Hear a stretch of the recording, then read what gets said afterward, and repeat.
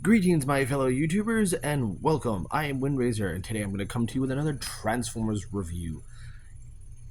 Yeah, that greeting sounded a lot better in my head. Hey, YouTube, I'm Windrazer, coming back to you with another Transformers review. Today I'm going to be taking another look, taking a look at another Transformers Earthspark figure.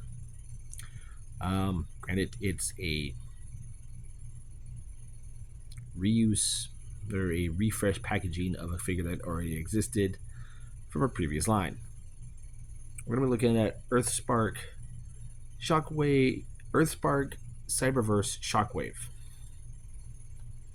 And yes, just like two of his brethren, Starscream and Grimlock,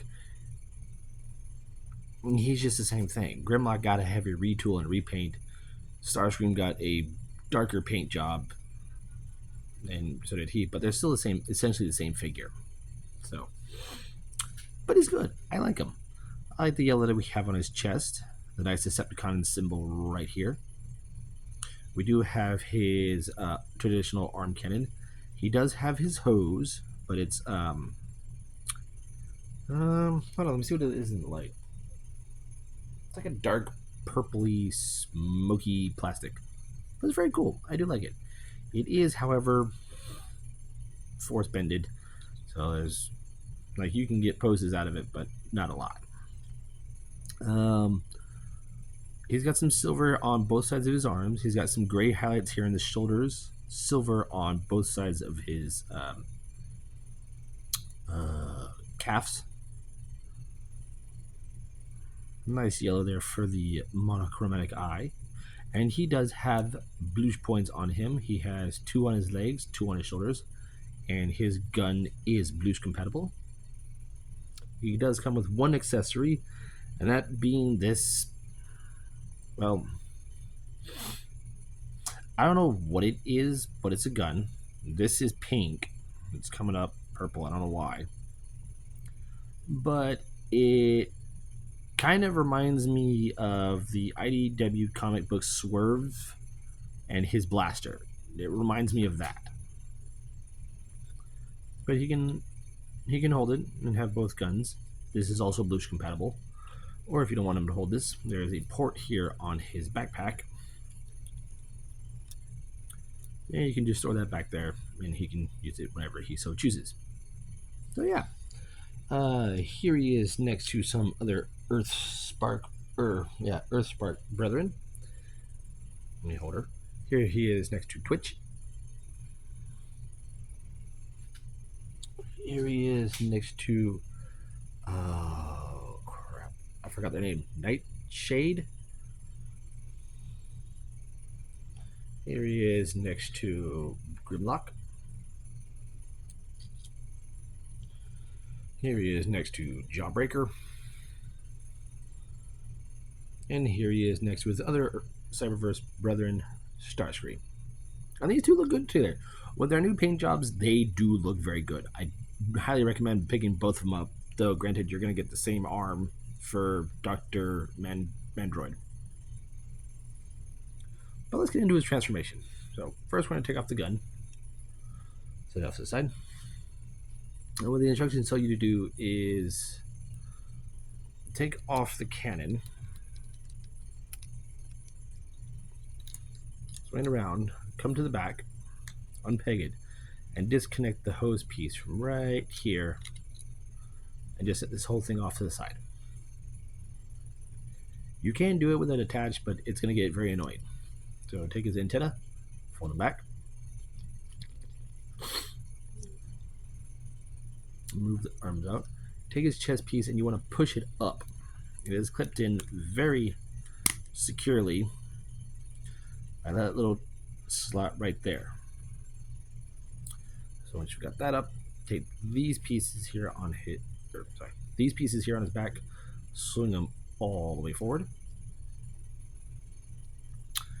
Come to his hands, take his arms, open them up, flip the hands in, and close it up, and fold that in. Same on the other side.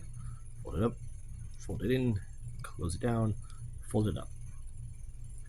Rotate the arms at the elbow, and I I'm so sorry, I forgot to show off his pose ability. One wrist has a rotational joint. As you can see, there's a ball joint or a swivel at the wrist. There's a hinge at the elbow. Move this other way. There's a ball joint at the shoulder for full 360 degrees rotation. I'll move this down. His head does swivel side to side, but not very much. I'm gonna put that back. There is a waist rotation. His legs do kick forward that far, back that far. They can kick out that far. There is a swivel just above the knee, deep knee bend, and his feet can move forward, up, forward and back, and rotate side and ankle tilt. So I do apologize for that. So once you do that, go ahead and start rotating the arms around. Swing them up.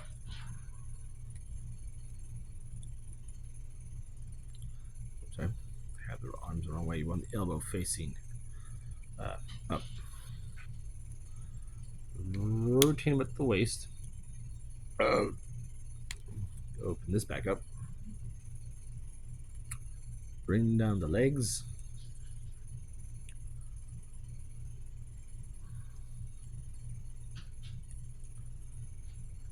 Sure everything's centered. Bring down the arms.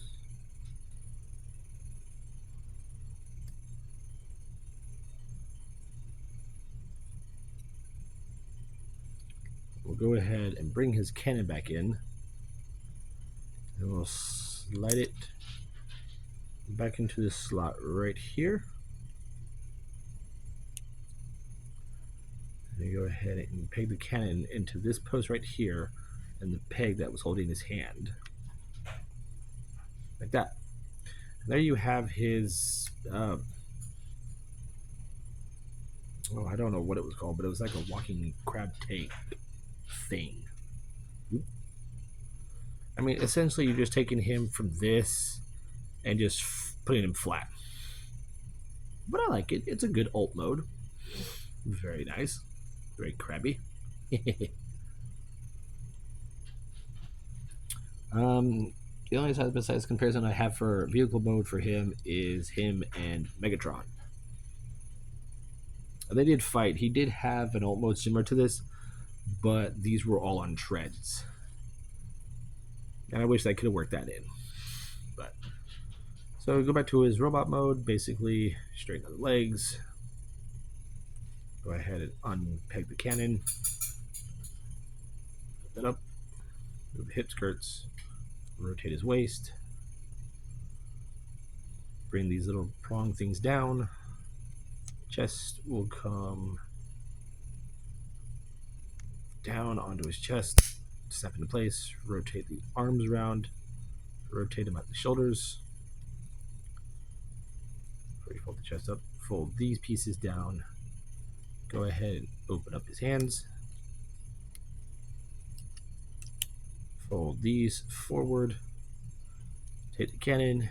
Go ahead and plug it into his hand. And plug the cord back into the backpack slot. Close that up. And there you have Shockwave back in his robot mode. Now, I like it. I like the colors. I like the transformation is simple for his side class. But as a new take for a new ult mode for Shockwave, considering he doesn't have his gun mode anymore, I do like it. If you missed him in Cyberverse, like you did, like for those who have missed the Starscream in the Cyberverse or the Grimlock, I recommend picking them up.